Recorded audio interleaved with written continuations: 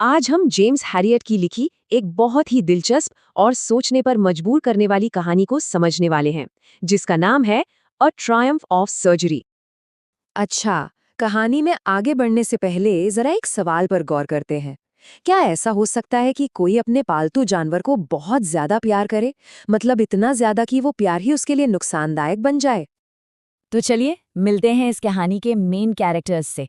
ये है Mrs Pomfrey, एक बहुत अमीर मालकिन जिन्हें अपने पालतू जानवर से बेइंतहा प्यार है। फिर है हमारे समझदार वेटरनरी सर्जन मिस्टर हैरियट, और ये है उनका मरीज ट्रिकी। अब इसकी हालत देखकर ही अंदाजा लग रहा है कि कुछ तो गड़बड़ है।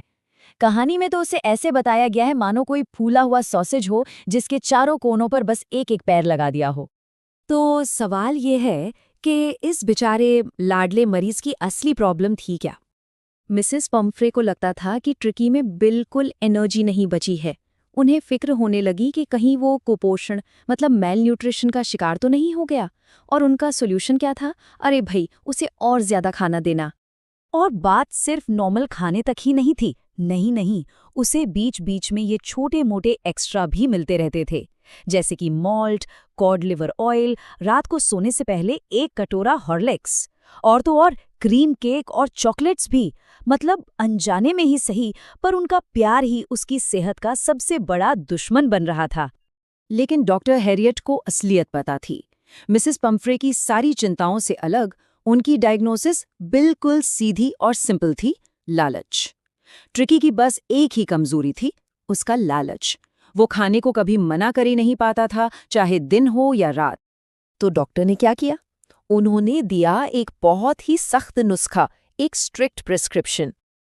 देखिए, डॉक्टर हैरियट ने मिसेस पम्फ्रे को पहले ही वार्निंग दी थी, लेकिन उन्होंने इस पर ज्यादा ध्यान नहीं दिया। और बिल्कुल जैसा डॉक्टर ने सोचा था, कुछ ही दिनों में मिसेस पम्फ्रे का घबराया हुआ फोन आ गया। ट्रिकी ने खाना पीना सब छोड़ दिया था, उसे लगातार उल्टियां हो रही थीं और वो बेचारा बस एक गलीचे पर बेजान सा पड़ा हाँफ रहा था। इस बार डॉक्टर हैरियट बिल्कुल सख्त थे। उन्होंने साफ साफ कह दिया, ट्रिकी को करीब करीब 2 हफ्तों के लिए हॉस्पिटल में भर्ती करना ही होगा, जहां उसे ऑब्जर्वेशन में रखा जाएगा। अब उसे बचाने का बस यही एक रास्ता बचा था, उसे उसके प्यार भरे मगर नुकसान पहुंचाने वाले घर के माहौल से दूर ले जाना।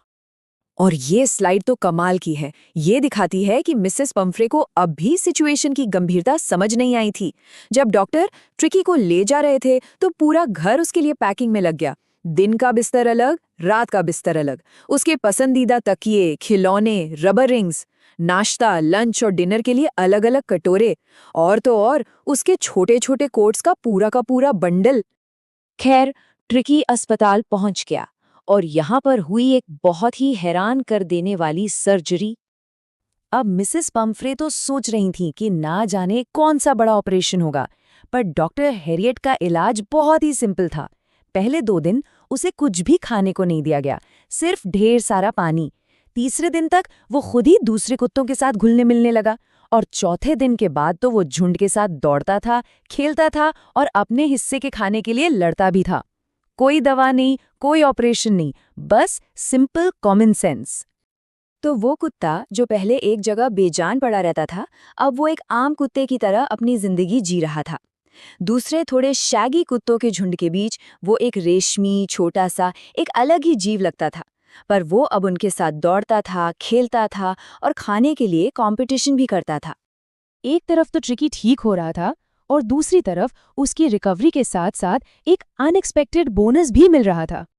हुआ ये कि मिसेस पम्फ्रे ट्रिकी की ताकत बढ़ाने के लिए रोज ताजे अंडे, वाइन और ब्रांडी भिजवाने लगी।